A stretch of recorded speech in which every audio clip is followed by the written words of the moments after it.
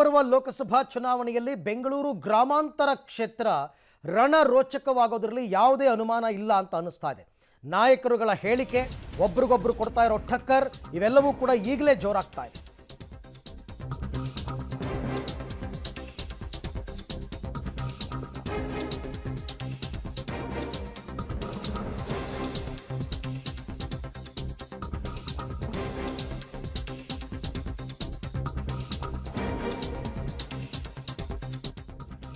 ಬೆಂಗಳೂರು ಗ್ರಾಮಾಂತರ ಲೋಕಸಭಾ ಕ್ಷೇತ್ರದಲ್ಲಿ ರಣರೋಚಕ ಕದನ ಶುರುವಾಗಿದೆ.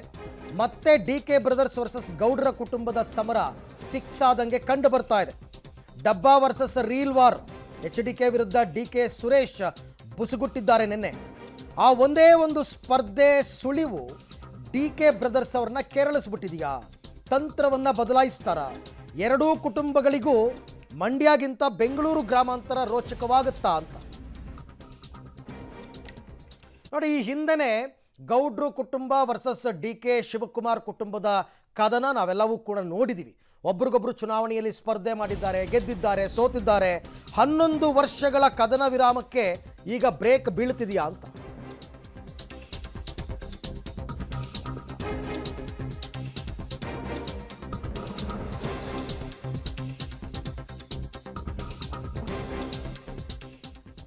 ಗೌಡ್ರು ವರ್ಸಸ್ DK ಕುಟುಂಬದ 11 ವರ್ಷಗಳಿಂದ ಕದನ ವಿರಾಮ ಏನಿತ್ತು ಅದಕ್ಕೆ ಮತ್ತೆ ಬ್ರೇಕ್ ಬೀಳ್ತಾ ಇದೆ ಅಂತ ಅನಿಸುತ್ತೆ.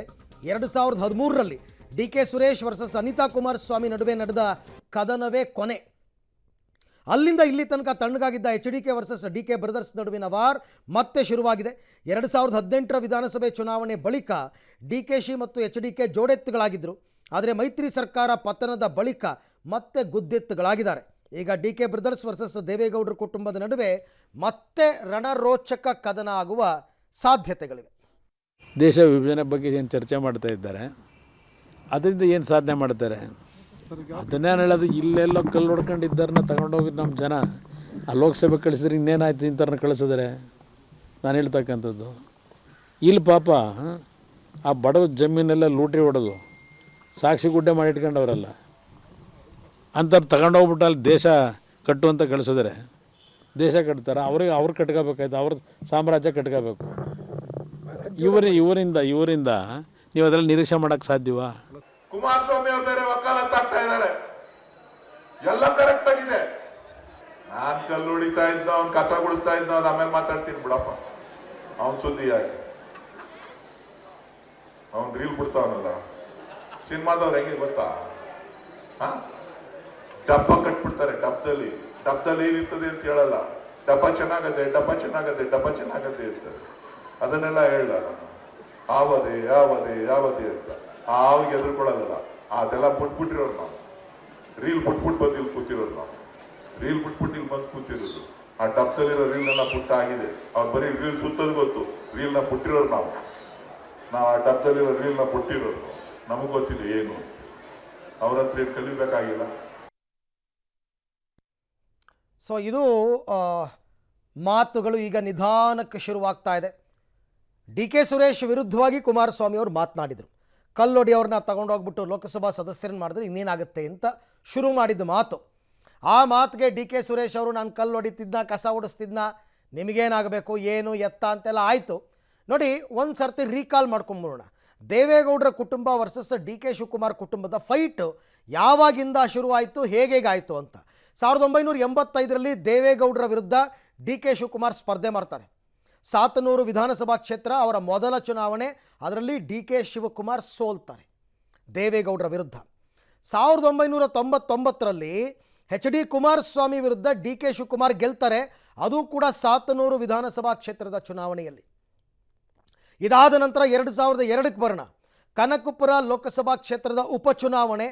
ದೇವೇಗೌಡರ ಎದುರು DK ಶಿವಕುಮಾರ್ ಸೋಲ್ತಾರೆ ಪುನಃ ಕನಕಪುರ ಉಪಚುನಾವಣೆಯಲ್ಲಿ, ಲೋಕಸಭಾ ಕ್ಷೇತ್ರದ ಉಪಚುನಾವಣೆ. 2004ರಲ್ಲಿ ಕನಕಪುರ ಲೋಕಸಭಾ ಕ್ಷೇತ್ರದ ಚುನಾವಣೆ ಬರುತ್ತೆ. ತೇಜಸ್ವಿನಿ ಗೌಡ ಅವ್ರನ್ನ ತಂದು DK ಶಿವಕುಮಾರ್ ಅಭ್ಯರ್ಥಿ ಮಾಡ್ತಾರೆ. ದೇವೇಗೌಡರು ಸೋಲ್ತಾರೆ ತೇಜಸ್ವಿನಿ ಗೌಡ ವಿರುದ್ಧ. 2013ರಲ್ಲಿ ಬೆಂಗಳೂರು ಗ್ರಾಮಾಂತರ ಲೋಕಸಭೆ ಉಪಚುನಾವಣೆ ನಡೆಯುತ್ತೆ. ಆಗ DK ಸುರೇಶ್ ವರ್ಸಸ್ ಅನಿತಾ ಕುಮಾರಸ್ವಾಮಿ ಸೋಲ್ತಾರೆ. ಅಂದರೆ ಇಷ್ಟು ಬಾರಿಯೂ ಕೂಡ ಚುನಾವಣೆಯಲ್ಲಿ ದೇವೇಗೌಡರ ಕುಟುಂಬ ವರ್ಸಸ್ ಡಿ ಕೆ ಶಿ ಕುಟುಂಬ. ಅದಕ್ಕೆ ನಾನು ಆರಂಭದಲ್ಲೇ ಹೇಳಿದ್ದು, ಈ ಥರ ಟಗ್ ಆಫ್ ವಾರ್ಗಳು ತುಂಬ ಆಗಿದೆ. ಅವ್ರ ಕಡೆಯವರೂ ಗೆದ್ದಿದ್ದಾರೆ, ಇವ್ರ ಕಡೆಯವರೂ ಗೆದ್ದಿದ್ದಾರೆ. ರಾಮನಗರದಲ್ಲಿ ದೇವೇಗೌಡರ ಫ್ಯಾಮಿಲಿ ಮತ್ತು ಡಿ ಕೆ ಶಿವಕುಮಾರ್ ಫ್ಯಾಮಿಲಿ ಅವ್ರದ್ದು ಇದು ಹೊಸದೇನಲ್ಲ. ಈ ವರ್ಷ 2024 ಇನ್ನೊಂದು ಅಂಥದ್ದೇ ಚುನಾವಣೆಗೆ ಸಾಕ್ಷಿ ಆಗ್ಬೋದು. ಈ ಬಗ್ಗೆ ಮತ್ತಷ್ಟು ಮಾಹಿತಿ ನನ್ನ ಕೊಲೀಗ್ ರವೀಶ್ ಅವರಿಂದ ಪಡ್ಕೊಳ್ಳೋಣ. ರವೀಶ್, 11 ವರ್ಷಗಳ ಕದನ ವಿರಾಮಕ್ಕೇನಾದ್ರು ಮತ್ತೆ ಈಗ ಫುಲ್ ಸ್ಟಾಪ್ ಬೀಳುತ್ತಾ? Again Deve Gowda family versus D K Shivakumar family ಚುನಾವಣೆಯಲ್ಲಿ ಮುಖಾಮುಖಿ ಆಗ್ಬೋದಾ? ಅದಕ್ಕೋಸ್ಕರ ಈ ನುಡಿಮುತ್ತುಗಳು ಉದುರ್ತಾ ಇದೆಯಾ ಇವ್ರ ಬಾಯಲ್ಲಿ ಅಂತ?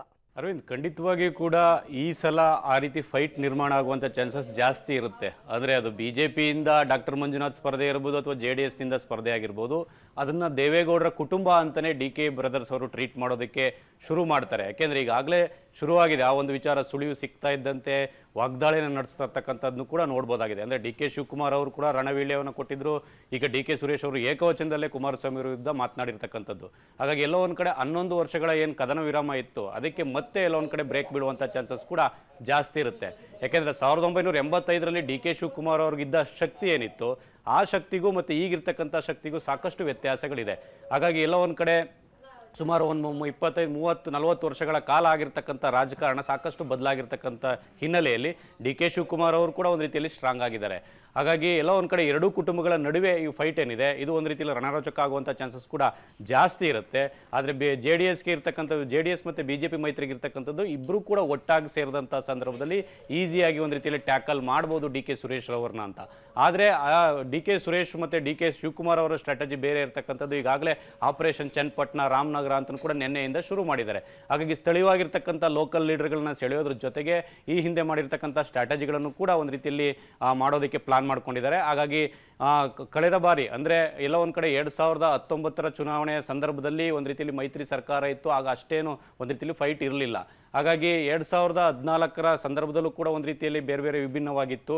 ಆದರೆ 13ರ ಚುನಾವಣೆಯ ಸಂದರ್ಭದಲ್ಲಿ ಅನಿತಾ ಕುಮಾರಸ್ವಾಮಿ ಮತ್ತು DK ಸುರೇಶ್ ಅವರ ನಡುವೆ ಹಣಾಹಣಿ ಇತ್ತು. ಸುಮಾರು 1-1.5 ಲಕ್ಷ ಮಾರ್ಜಿನ್ ಇತ್ತು. ಹಾಗಾಗಿ ಎಲ್ಲ ಒಂದು ಕಡೆ ರಾಮನಗರದ ಮತ್ತು ಚನ್ನಪಟ್ಟಣ ಮತ್ತು ಬೇರೆ ಬೇರೆ ಕಡೆಗಳಲ್ಲಿ ಕುಮಾರಸ್ವಾಮಿ ಅವರ ಹಿಡಿತ ಕಡಿಮೆ ಆಗ್ತಾ ಇದೆ ಅನ್ನೋ ಲೆಕ್ಕಾಚಾರ DK ಬ್ರದರ್ಸ್ ಹೌದು. ಆ ಕಾರಣಕ್ಕೋಸ್ಕರವಾಗಿ ಈಗ ಒಂದು ರೀತಿಯಲ್ಲಿ ರಣವೀಳ್ಯವನ್ನು ಕೊಡ್ತಾ ಇದ್ದಾರೆ. ಹಾಗಾಗಿ ಎರಡೂ ಕುಟುಂಬಗಳ ನಡುವಿನ ಫೈಟ್ ಹೇಗಿರುತ್ತೆ ಅನ್ನೋದು ಕೂಡ ಕಾದು ನೋಡಬೇಕಾಗಿದೆ. Arvind. Okay Ravish, thank you. ತಮ್ಮೆಲ್ಲ ಮಾಹಿತಿಗಾಗಿ ಧನ್ಯವಾದ.